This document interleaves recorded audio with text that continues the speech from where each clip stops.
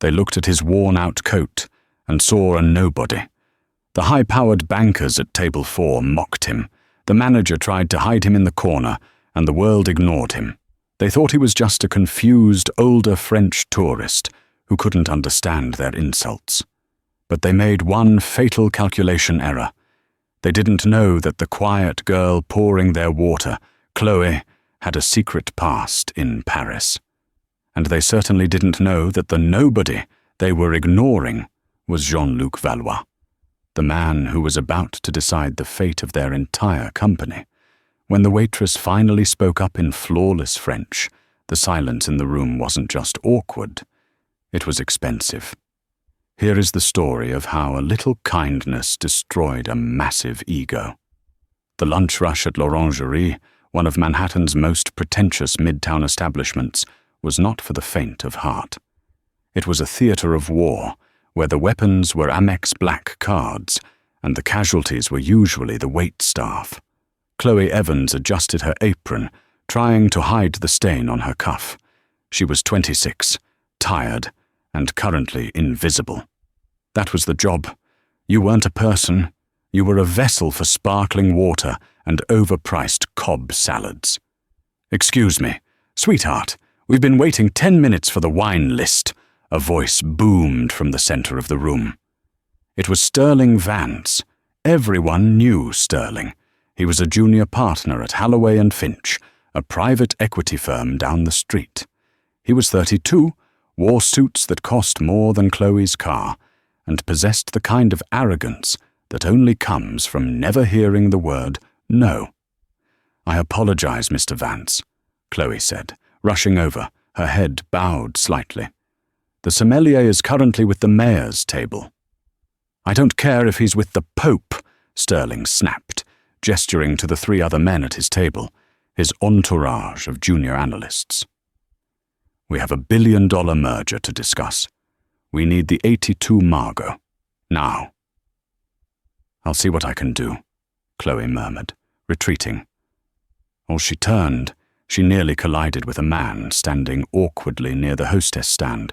The hostess, a sharply dressed woman named Jessica, who prided herself on being the gatekeeper of the elite, was ignoring him entirely while typing on her iPad. The man looked out of place.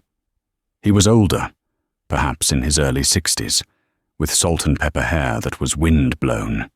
He wore a tweed jacket that looked comfortable but dated, and a scarf loosely draped around his neck. He didn't look poor exactly, but in a room full of Italian silk and Swiss watches, he looked tragically ordinary. "Excuse me," the man said softly. His voice was gravelly, heavily accented. "I have a reservation under Valois." Jessica didn't look up. "One moment, sir. I'm handling a VIP seating." The man stood there, clutching a worn leather notebook. He looked tired. He looked like a grandfather waiting for a bus, not a patron of l'Orangerie. Chloe felt a pang of sympathy. She knew what it felt like to be looked through. She stepped around the bar. "Jessica," she whispered, "that gentleman has been standing there for 5 minutes."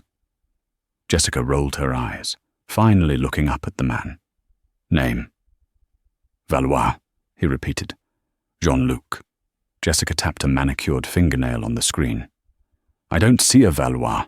I have a Val-Oise for a single at 1 p.m. She butchered the pronunciation so badly it hurt Chloe's ears. "Yes," the man nodded politely. "That is me." "Right. Well, look, we're overbooked. The only thing I have is table 9. Table 9 was the penalty box. It was right next to the swinging kitchen doors and directly under the air-conditioning vent. It was where they put tourists they never wanted to see again.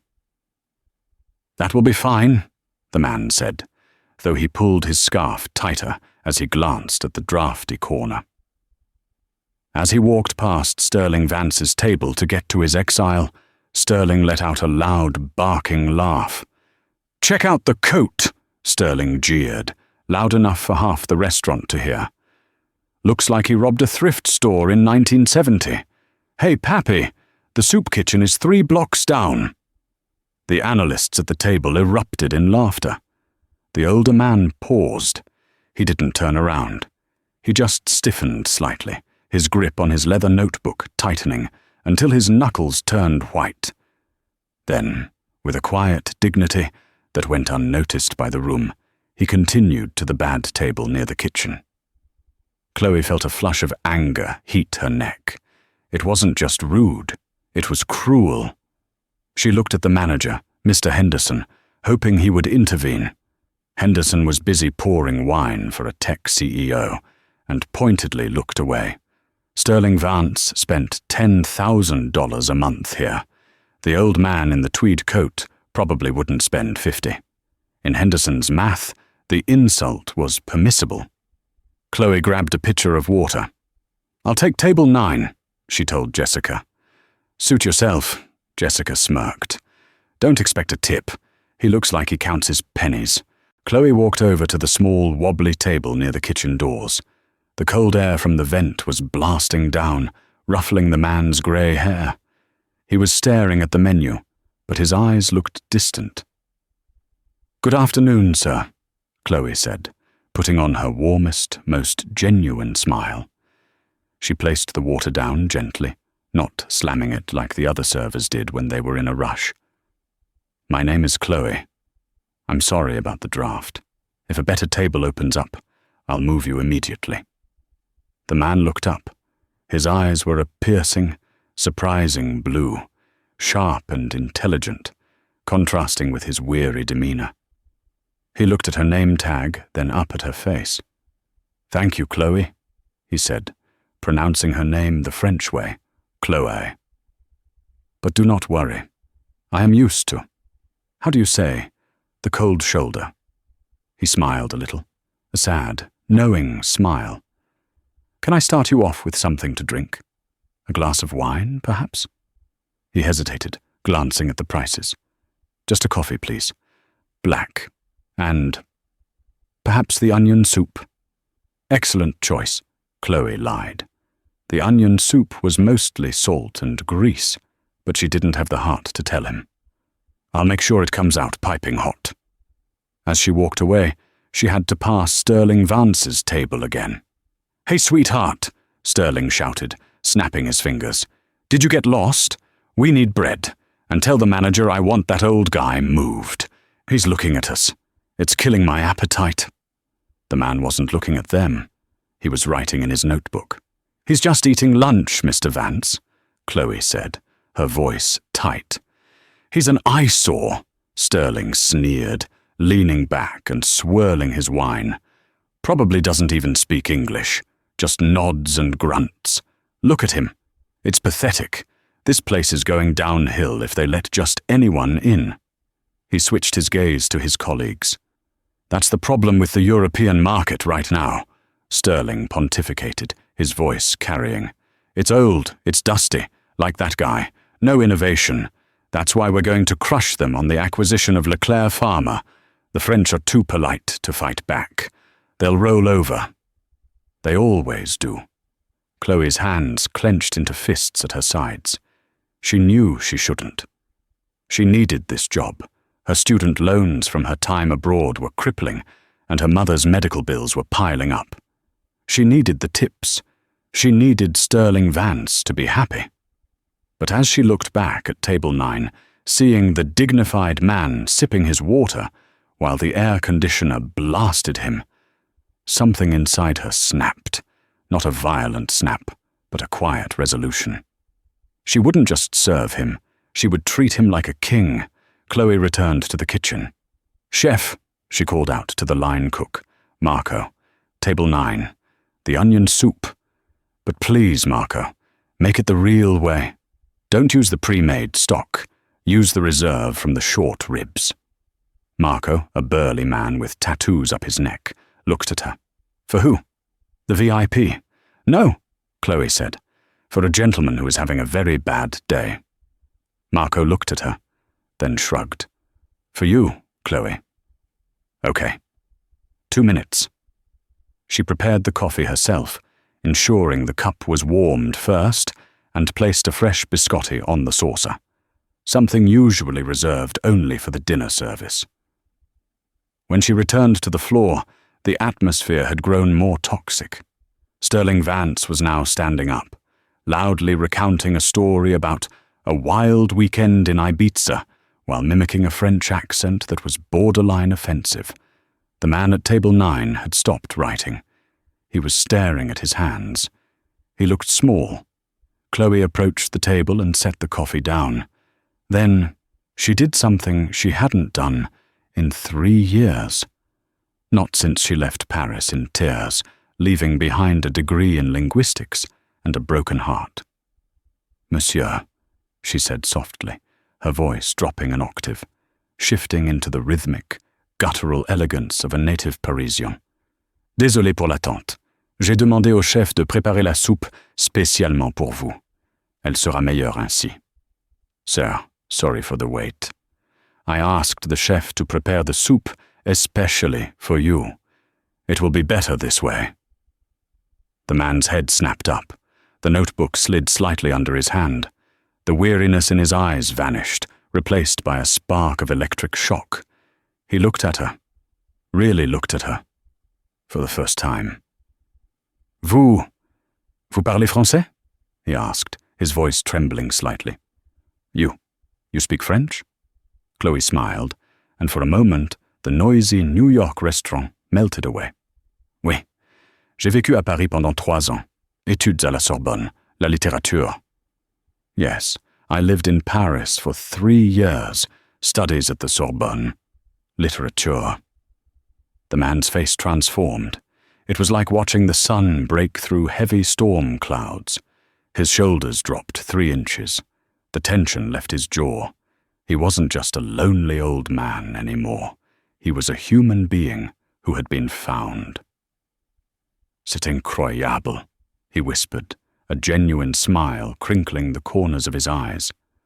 "Personne ne parle ma langue ici. Ils aboient tous comme des chiens. It's incredible. No one speaks my language here. They all bark like dogs." He gestured subtly toward Sterling's table. Chloe stifled a giggle. "Les chiens qui aboient ne mordent pas, monsieur," she replied swiftly, using an old idiom. "Barking dogs don't bite, sir."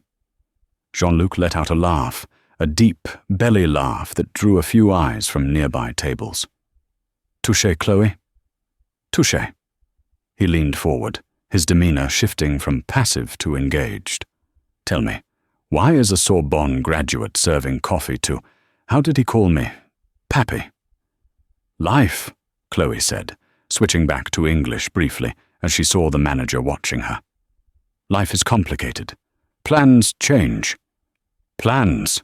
Jean-Luc nodded sagely. "Yes. I had plans for today, too. I was supposed to meet a very important man, a banker. But—" He looked around the room, his eyes hardening slightly. "I think I learned more by sitting here alone than I would have in his boardroom." "I'm sorry they were rude to you," Chloe said quietly. "Do not be sorry," Jean-Luc said, waving a hand dismissively. "You learn a man's true character by how he treats those he thinks can do nothing for him. That man," he nodded toward Sterling Vance, "he thinks he is a king because he has a loud voice. But he is—" Jean-Luc searched for the word. "Un parvenu," Chloe suggested. "An upstart nouveau riche." Jean-Luc beamed. "Exactement." For the next 20 minutes, Chloe checked on him frequently. They spoke in hushed French. He told her he was from Lyon originally, but lived in Paris. He told her he was in New York for business restructuring. She told him about her mother's illness, briefly, without asking for pity. She told him how much she missed the bakery on Rue Claire. It was the most human interaction she had experienced in months. But the bubble had to burst. Sterling Vance, fueled by 3 glasses of Cabernet, had noticed the camaraderie. He didn't like it. He didn't like that the bum was smiling. He didn't like that the waitress was giving table 9 more attention than table 4. "Hey!" Sterling shouted, slamming his hand on the table. The silverware rattled. The entire restaurant went silent. Chloe froze. "Yes, Mr. Vance?" she asked, turning to face him. "I've been waving for the check for 5 minutes," Sterling lied, "and you're over there chit-chatting with the homeless guy in some gibberish language. Is this a restaurant or a social club?" "I apologize, sir," Chloe said, keeping her voice steady. "I was just ensuring his order was correct." "I don't care," Sterling spat. He stood up, swaying slightly. He was a big man, and he used his size to intimidate. He walked toward Chloe, invading her personal space. "You know, I spend more on one lunch than you make in a month. I expect service, I expect respect, and I don't expect to be ignored for him."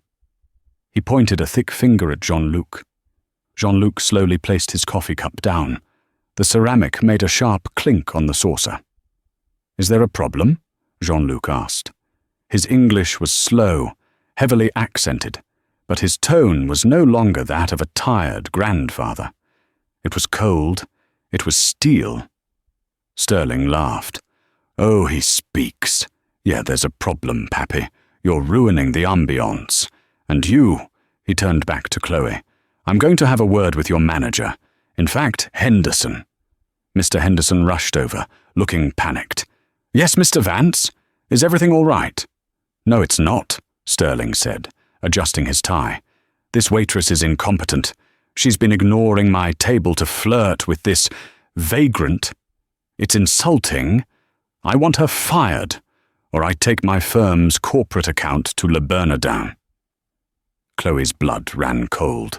The corporate account was worth $50,000 a year to the restaurant. Henderson looked at Chloe, then at the account holder. There was no hesitation. "Chloe," Henderson said sharply, "go to the office. Clock out." "But," Chloe started, tears pricking her eyes. "Now," Henderson barked. "Mr. Vance, I am so sorry. We will comp your wine. Please, sit." Sterling smirked, a look of pure, malicious triumph on his face. He looked at Jean-Luc. "See that? That's how the world works. Money talks, you walk." Jean-Luc stood up. He wasn't a tall man, but suddenly he seemed to fill the room. He picked up his worn leather notebook. He reached into his pocket and pulled out a bill, a single $100 bill, and placed it gently on the table. "Keep the change, Chloe," he said softly, his eyes locked on hers. "And do not worry. This," he gestured to the room, to Henderson, to Sterling. "This is not the end of the story." He turned to Sterling. He didn't yell. He didn't curse. He simply looked at the banker with an expression of profound disappointment, like a teacher looking at a child who had failed a simple test. "You have a meeting at 3 p.m., Jean-Luc said. It wasn't a question. Sterling blinked, confused. "What?" "The merger. Leclerc Farmer." Jean-Luc said the words clearly. Sterling's face went pale. "How do you know about that? That's non-public info." Jean-Luc didn't answer. He just buttoned his tweed coat. "I suggest you are not late. The chairman is very particular about manners." With that, Jean-Luc walked out of the restaurant. The silence he left behind was heavy. Sterling looked at his analysts. "Who the hell was that?" "Probably just read it in the paper," one analyst said nervously. "Ignore him, Sterling. You got the girl fired. You won." Sterling sat back down, but he looked uneasy. "Yeah, I won." Chloe, standing by the kitchen door, wiped a tear from her cheek. She took off her apron. She had lost her job because she spoke French to a lonely old man. She grabbed her bag and walked out the back door into the alley, sobbing. She didn't see the black Maybach parked around the corner. She didn't see the driver holding the door open for the man in the tweed coat, and she certainly didn't see the man pick up a satellite phone and dial a number. "Allô? François?" Jean-Luc said into the phone, his voice sharp as a razor. "Cancel the meeting with Holloway and Finch, and get me the personnel file for a Chloe Evans from the restaurant." "Yes. Immediately. We have work to do." Sterling Vance checked his reflection in the elevator's polished brass doors. He looked perfect. The navy worsted wool suit was sharp, his tie was a power red, and his hair was gelled to geometric precision. He had forgotten about the waitress and the old man the moment he stepped out of l'Orangerie. They were background noise, static in the broadcast of his successful life. He was focused on one thing: closing the Leclerc deal. It was a French pharmaceutical giant ripe for a hostile takeover. Sterling planned to strip it for parts, sell off the research division, and pocket a 7-figure bonus. The elevator doors pinged open on the 40th floor of Holloway and Finch. Usually, the office hummed with the aggressive energy of trading. Phones ringing, analysts shouting, the smell of expensive coffee and ambition. Today, it was dead silent. Sterling frowned. He walked past the receptionist who wouldn't meet his eyes. He walked past the bullpen of junior analysts. They were huddled in groups, whispering. When they saw him, they scattered like cockroaches when the lights turn on. "What is going on?" Sterling muttered. "Vance!" The shout came from the corner office. It was Magnus Holloway, the senior partner. A man who chewed cigars and subordinates with equal enthusiasm. Sterling adjusted his cuffs and walked into the office. "Magnus, I'm ready for the 3 hours p.m. call with the French team. I've got the term sheet right." "There is no call," Magnus said. His voice was dangerously low. He was standing by the window, looking out at the grey skyline. He turned around, and his face was a shade of purple Sterling had never seen before. "The deal is dead." Sterling froze.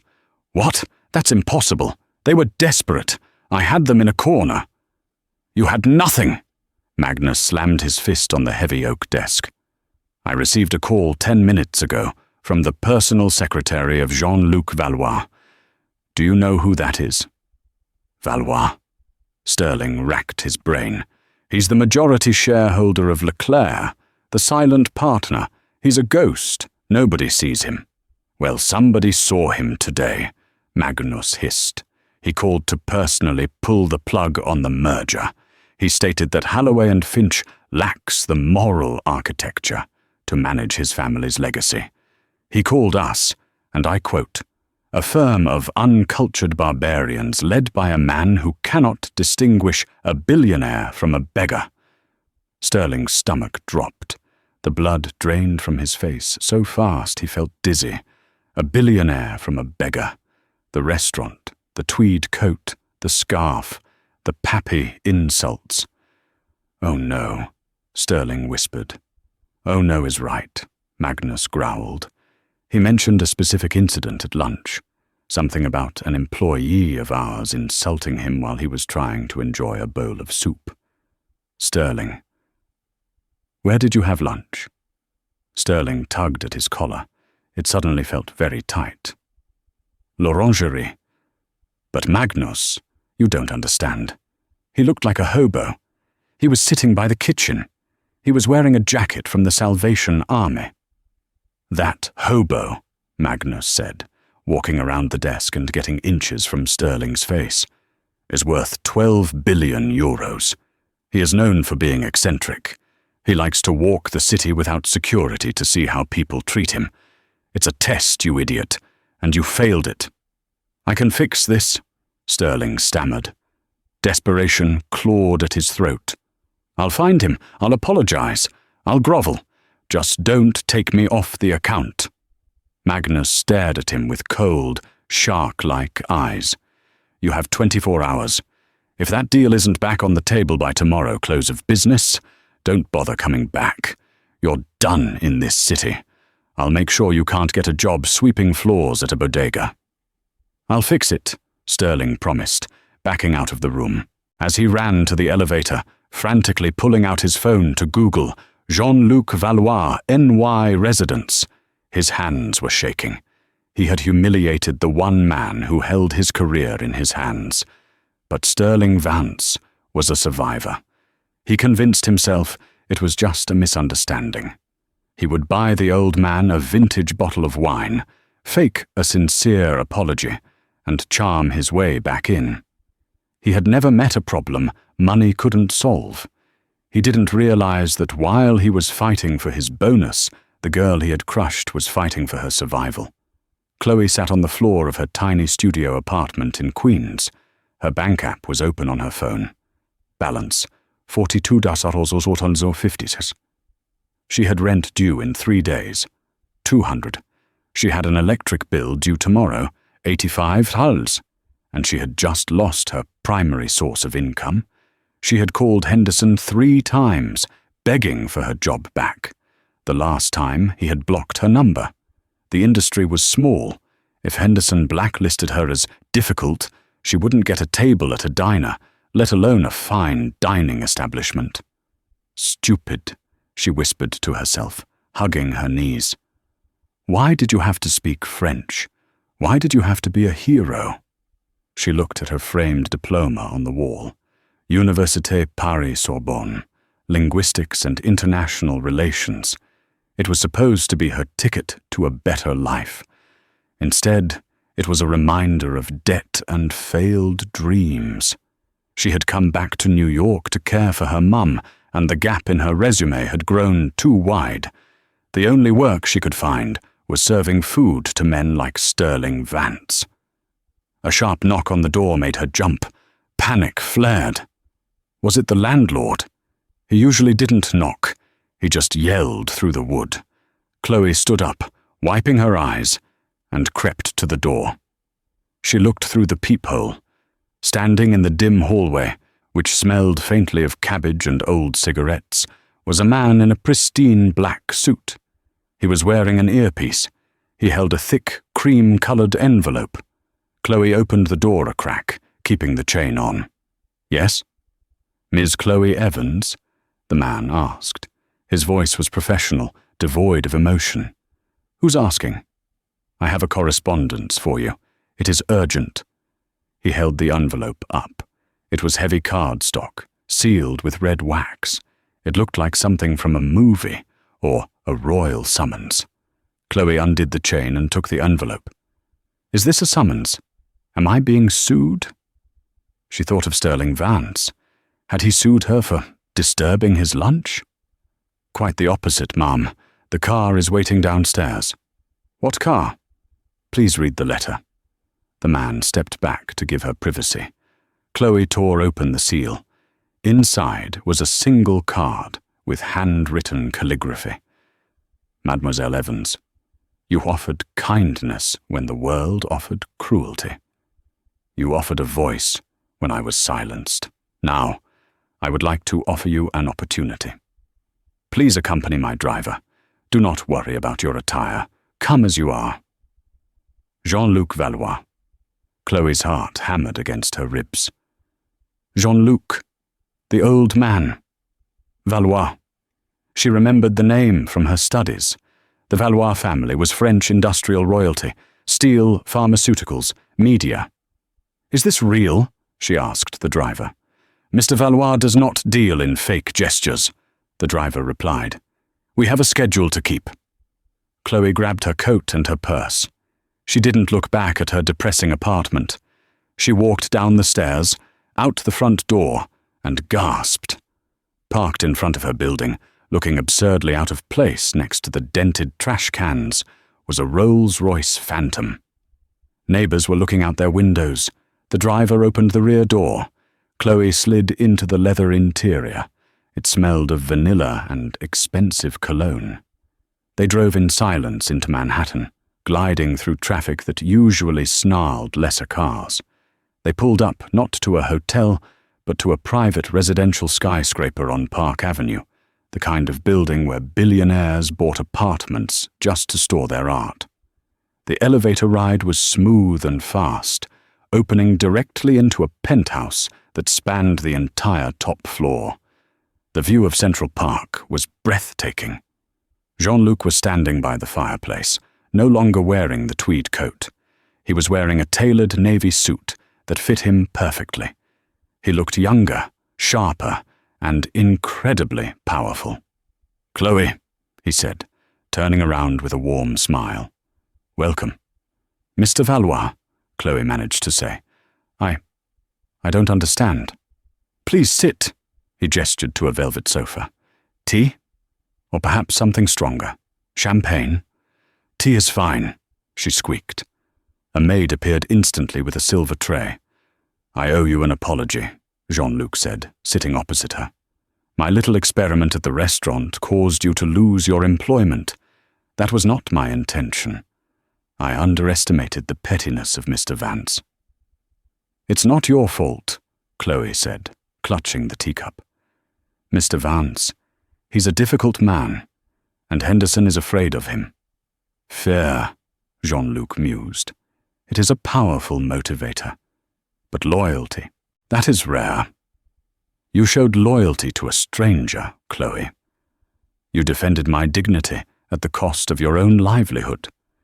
In my world, that is a commodity more precious than gold." He picked up a folder from the coffee table.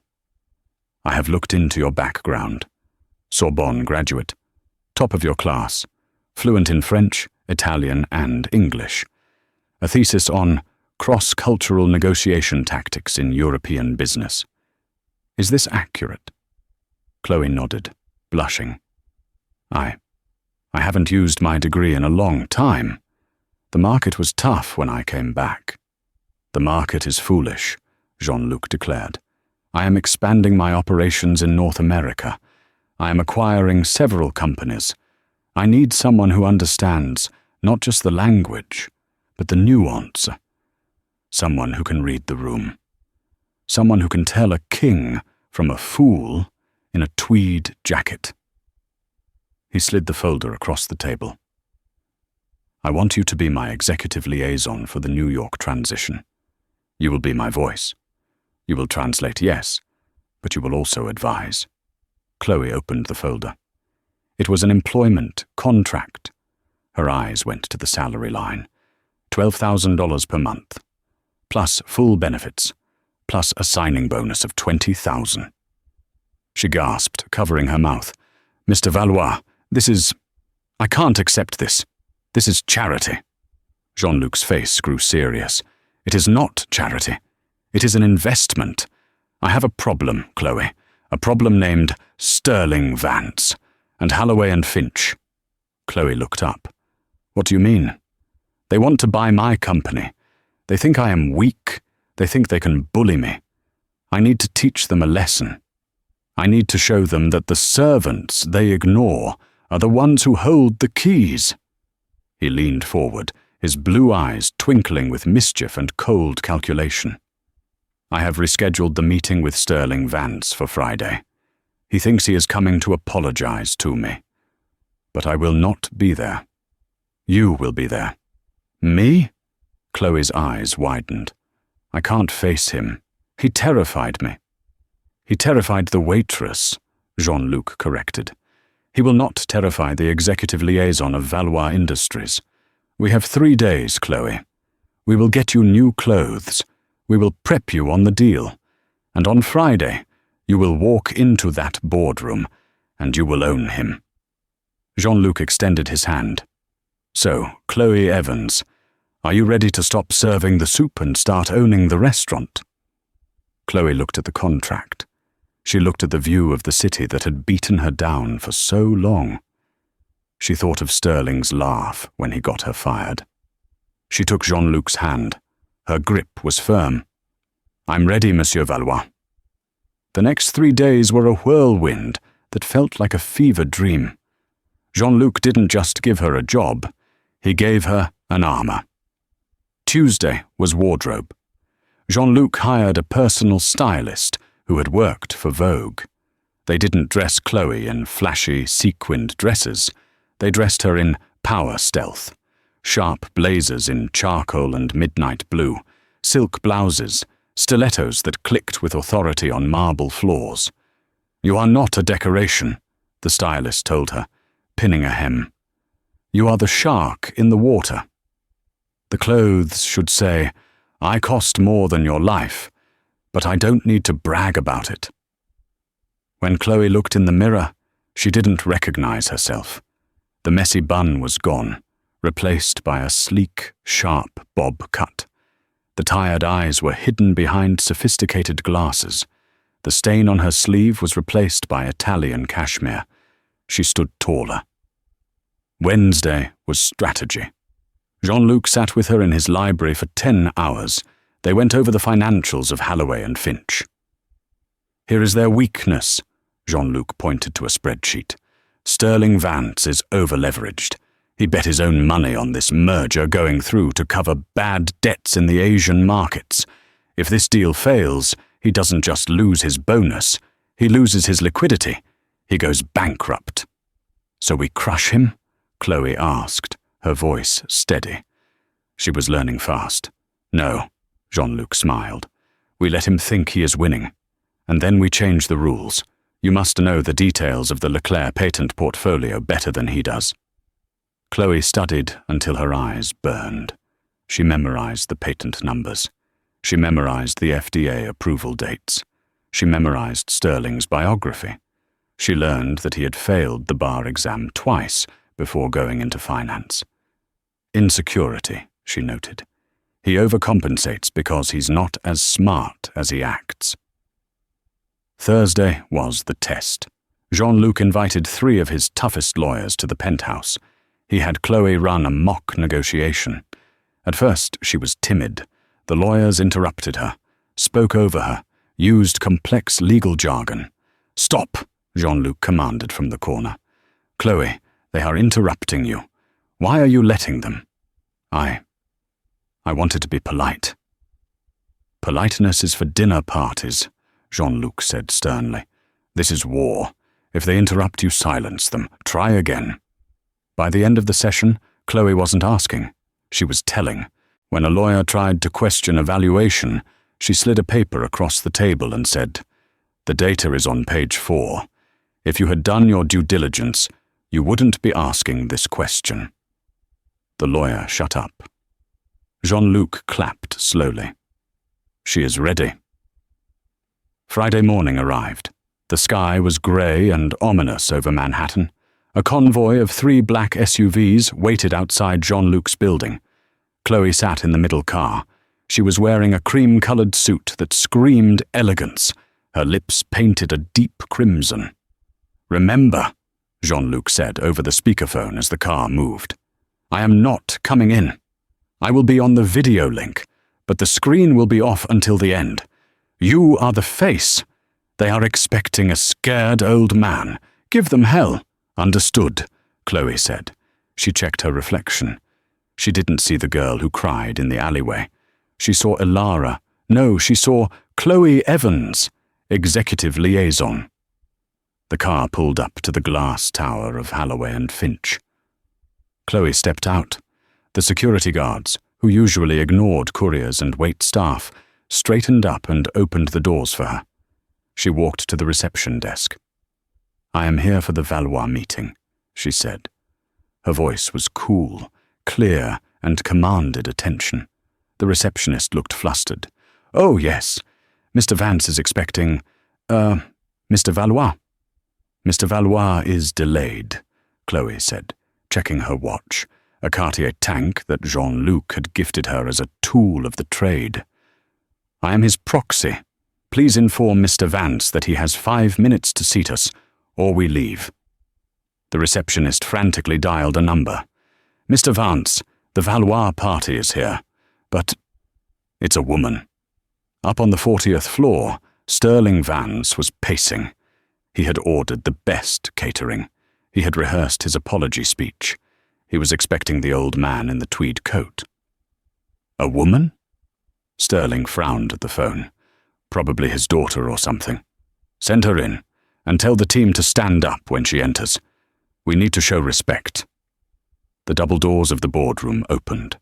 Sterling Vance, Magnus Holloway, and 4 other senior partners stood up, straightening their ties, putting on their fake plastic smiles.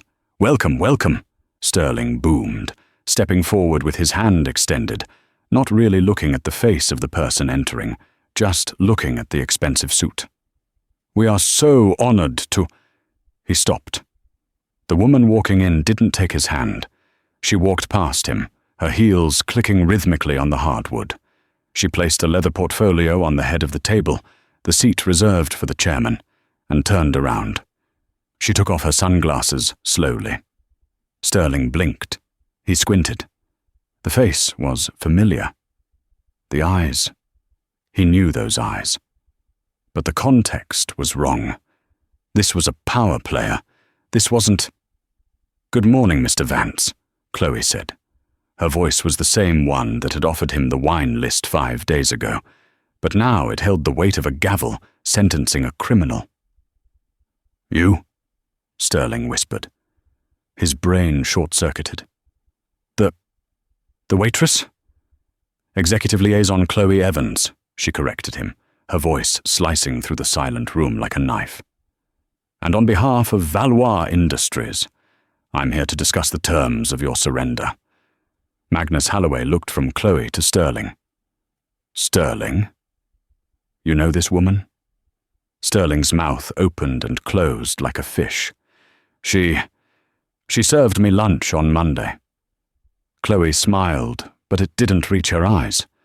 "Yes. And you tried to have me fired for serving coffee to a man you called a vagrant who just happens to own the company you are desperately trying to buy." She pulled a chair out and sat down at the head of the table. She looked at the stunned room of powerful men. "Please sit," she said. "We have a lot to talk about. And Mr. Vance, if you snap your fingers at me one more time, the deal is off permanently." Sterling collapsed into his chair. He looked small. Chloe opened her folder. "Let's begin." The silence in the boardroom of Holloway and Finch was heavy enough to crush a man, and right now, that weight was resting entirely on Sterling Vance's shoulders. Magnus Holloway, the senior partner, was staring at Sterling with a look that promised violence. "Sterling," Magnus said, his voice deceptively calm. "Care to explain why the waitress you fired is sitting in the chairman's seat holding the Valois portfolio?" Sterling wiped a bead of sweat from his forehead. "Magnus, it's a tactic. It's a mind game. She's just a prop. Valois is senile. He probably thinks this is funny. Look at her. She doesn't know the first thing about M&A."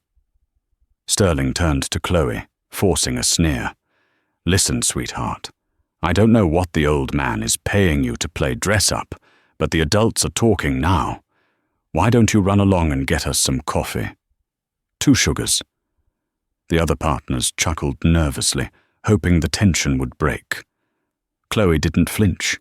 She didn't even blink. She slowly opened the leather portfolio, the sound of the paper sliding against the mahogany table, amplifying in the quiet room. "Mr. Vance," she began, her tone conversational but icy. "It is fascinating that you mention adults. Because according to the due diligence report I compiled last night, you have been managing this firm's assets with the maturity of a gambler in a Vegas casino." She slid a single sheet of paper across the table toward Magnus Holloway. "Page 1, Chloe narrated.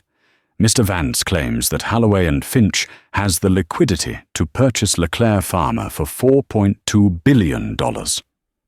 However, if you look at the footnotes regarding the Shadow Creek holdings in Singapore—" Magnus picked up the paper. His eyes scanned it. His face went grey. "Sterling," Magnus whispered. "What is this? You said the Singapore accounts were solvent." "They are," Sterling squeaked. "It's just a temporary cash flow issue. Once the merger goes through, we use the Valois assets to plug the hole. It's standard practice." "It is not standard practice," Chloe interrupted, her voice sharp. "It is fraud. You are trying to buy Mr. Valois' company using money you don't have to cover debts you shouldn't have incurred. You intended to strip Leclerc Pharma of its research division, specifically the Alzheimer's project that is dear to Jean-Luc's heart, and sell it to the highest bidder just to save your own bonus. Sterling stood up, slamming his hands on the table. You lie. You're just a waitress. You don't understand these numbers. Sit down, Sterling, Magnus barked. No, Sterling yelled, his composure shattering. She's a nobody. I had her fired. She was crying in the alleyway on Monday. She's nothing. Chloe stood up. She wasn't the tallest person in the room, but in that moment, she was the biggest. Yes, she said, her voice dropping to a dangerous whisper. I was crying in the alleyway. I was terrified. I was worried about my rent. I was worried about my mother's medical bills. And do you know why? Because you, a man with everything, decided to crush someone with nothing just because you could. Just because you wanted to show off for your friends. She walked around the table, approaching Sterling. He actually took a step back. But here is the lesson you missed, Sterling, Chloe continued. When you push people to the bottom, they learn how to survive. They learn to watch. They learn to listen. And while you were busy shouting for your wine and mocking a man's coat, I was learning that you are weak. She turned to Magnus Holloway. Mr. Holloway, Valois Industries rejects your acquisition offer. Gasps went around the room. However, Chloe said, raising a finger, Mr. Valois is willing to make a counter-offer. Magnus leaned forward. What kind of offer? We will not sell Leclerc, Chloe said. Instead, Valois Industries is interested in purchasing the debt of Holloway and Finch. Sterling's eyes bugged out. You want to buy our debt? Specifically your debt, Sterling, Chloe smiled. Jean-Luc has already spoken to your creditors in Singapore. They were very happy to sell your promissory notes to us at a discount. As of 9 a.m. this morning, Jean-Luc Valois effectively owns you. Sterling collapsed back into his chair. He looked like he had been punched in the gut. So, Chloe said, returning to the head of the table and sitting down. Here are the new terms. Valois Industries will refrain from calling in the debt and bankrupting this firm immediately. But we have one non-negotiable condition. Name it, Magnus said instantly. He didn't even look at Sterling. We require a change in leadership, Chloe said. We cannot do business with a firm that employs, how did you put it, uncultured barbarians. She looked at the large screen on the wall. Jean-Luc, would you like to add anything? The screen flickered to life. Jean-Luc Valois was sitting in his penthouse, sipping espresso. He looked regal. He looked formidable. Good morning, gentlemen, Jean-Luc said. His voice filled the room. And good morning, Executive Liaison Evans. You are doing a magnificent job. He turned his gaze to the camera, staring directly at Sterling Vance. Mr. Vance, Jean-Luc said softly, do you remember me? I was the pappy at table 9. Sterling couldn't speak. He just nodded, pale and shaking. You told me that money talks, Jean-Luc said. You were right. My money is talking now, and it is saying goodbye. Jean-Luc looked at Magnus. Mr. Holloway, if you want your firm to survive the day, I expect Mr. Vance to be escorted out of the building within 10 minutes, without his severance, without his bonus, and without a reference. Magnus Holloway didn't hesitate for a second. The shark ate the wounded fish. You heard him, Sterling, Magnus said coldly. Get out. But, Magnus, I've been here for 10 years, Sterling stammered. Security, Magnus yelled. 2 large guards entered the room, the same guards who had opened the door for Chloe earlier. They grabbed Sterling by the arms. This is insane, Sterling screamed as they dragged him toward the door. She's just a waitress. You're listening to a waitress. As he was dragged past Chloe, she didn't gloat. She didn't laugh. She simply reached into her pocket, pulled out a $5 bill and tucked it into Sterling's breast pocket. "For the bus," she said softly. "It's a long walk to the soup kitchen." The doors slammed shut. Sterling Vance was gone. The aftermath was swift. With Sterling gone, the toxic culture at Holloway and Finch evaporated. Magnus, terrified of Jean-Luc calling in the debt, agreed to every term Chloe proposed. They signed a partnership deal that protected Leclerc Pharma and guaranteed ethical practices moving forward. Chloe Evans walked out of the building an hour later, not as a victorious conqueror, but as a professional who had done her job. She got into the back of the Rolls-Royce. Jean-Luc was there, smiling. "You were brilliant," he said, handing her a glass of champagne. "I watched the whole thing. The way you handled the Singapore debt, masterful." "I had a good teacher," Chloe smiled, clinking her glass against his. "But Jean-Luc, what happens to him?" "Sterling. He will survive," Jean-Luc shrugged. "But he will have to start over. Perhaps he will find a job where he has to serve people. It would be good for his soul." "And what about me?" Chloe asked. "The deal is done. Do I go back to—" "Go back?" Jean-Luc laughed. "Chloe, you just negotiated a $4 billion restructure in under an hour. You are not going back to anything. You are moving forward. I have an office waiting for you in Paris, if you want it. Or you can run the New York branch. The choice is yours." Chloe looked out the window. They were passing l'Orangerie. "Driver, stop," she said suddenly. "Is everything all right?" Jean-Luc asked. "I just need to do one thing," Chloe said. She stepped out of the car. She was still wearing her power suit, looking every inch the executive. She walked into the restaurant. It was the lunch rush. Jessica, the hostess, looked up, ready to give a snarky comment. But the words died in her throat when she saw Chloe's attire and the aura of confidence radiating off her. "Chloe," Jessica gasped. "You look expensive." Chloe walked past her. She went straight to the kitchen doors. She pushed them open. Marco, the chef, was shouting orders. When he saw Chloe, he wiped his hands on his apron. "Chloe, you came back. Did you get a new job?" "You could say that," Chloe smiled. "Marco, do you remember that onion soup? The one you made with the special stock?" "Yeah." The man who ate it was Jean-Luc Valois. He loved it. Marco's jaw dropped. "And," Chloe continued, "Mr. Valois is looking for a private chef for his New York estate. The pay is triple what you make here, and you never have to cook a Cobb salad again." Marco looked around the greasy, chaotic kitchen. He looked at the manager, Henderson, who was yelling at a busboy in the corner. "When do I start?" Marco asked, untying his apron. "Right now," Chloe grinned. As they walked out of the kitchen together, Mr. Henderson blocked their path. "Where do you think you're going?" Henderson demanded. "Marco, get back on the line. And Chloe, you're trespassing. I'll call the police." Chloe adjusted her glasses.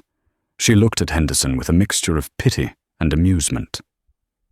"Mr. Henderson," she said calmly, "I wouldn't do that. You see the corporate account for Holloway and Finch?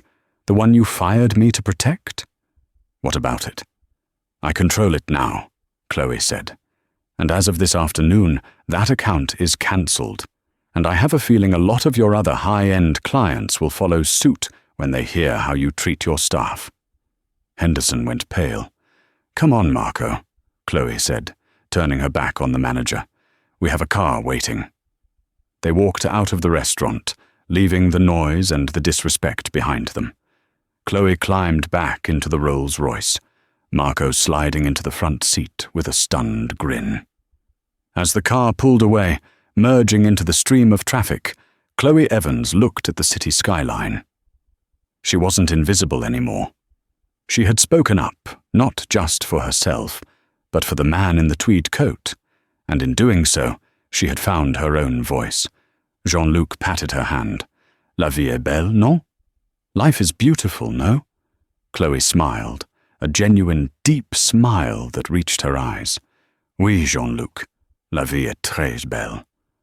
And that is how a waitress and a billionaire taught an arrogant banker a lesson he will never forget.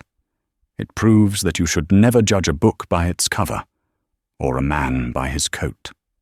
Sterling Vance thought he had all the power because he had the loudest voice, but he forgot that true power is often silent, observant, and speaks French. What would you have done if you were in Chloe's shoes? Would you have given Sterling the money for the bus, or would you have left him with nothing? Let me know in the comments below. If you enjoyed this story of karma and justice, please hit that like button. It really helps the channel grow. And don't forget to subscribe and turn on the notification bell so you never miss a new story. We have plenty more tales of revenge, romance, and twists coming your way. Thanks for watching, and see you in the next video.